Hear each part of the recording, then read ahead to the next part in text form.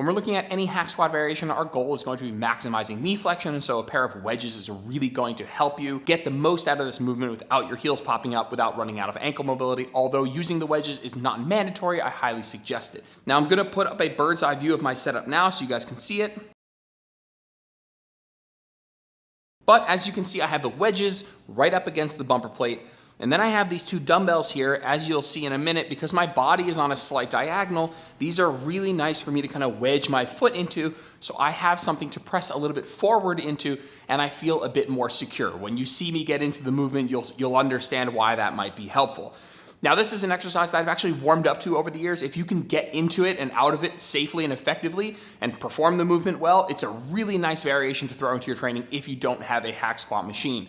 Now, you can't see, but I have an actual landmine, like a little landmine pipe that the bar goes into, but you could just rest the barbell on the floor in the corner of the room. It will work just fine, but obviously having a landmine setup does make it a little bit easier.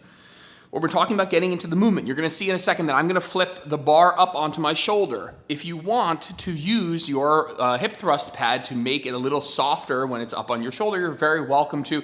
I actually find it a smidge uncomfortable for me. I don't mind the bar on my shoulder, but I could totally understand if that were the case and you want to give this a try. So when we're getting into the movement, want to bring the bar up onto our shoulder, step onto the wedges, and this is why you see having this dumbbell to kind of press against can be really nice.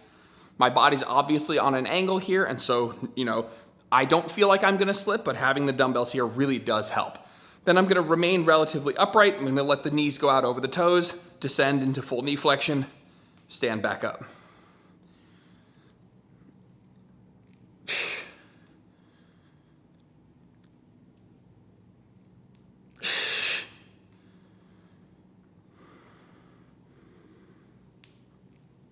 What I don't want you to is to kick the butt back underneath the bar like this. The point is to go slightly forward on this diagonal here into the quads, so we can keep it a quad dominant movement instead of trying to squat down with your back underneath the dumbbell or the bar here, which is actually quite painful if you're shoving your bar, if you're shoving your back into the bumper plate. So this is what it looks like. Dismounting, take a step off, and safely bring the bar back to the ground. You probably won't need much weight, so it's not like you're flipping 200 pounds up onto your back, but that is obviously one downside of the movement, is getting in and out of it. But once you're in it, it's a really wonderful quad exercise.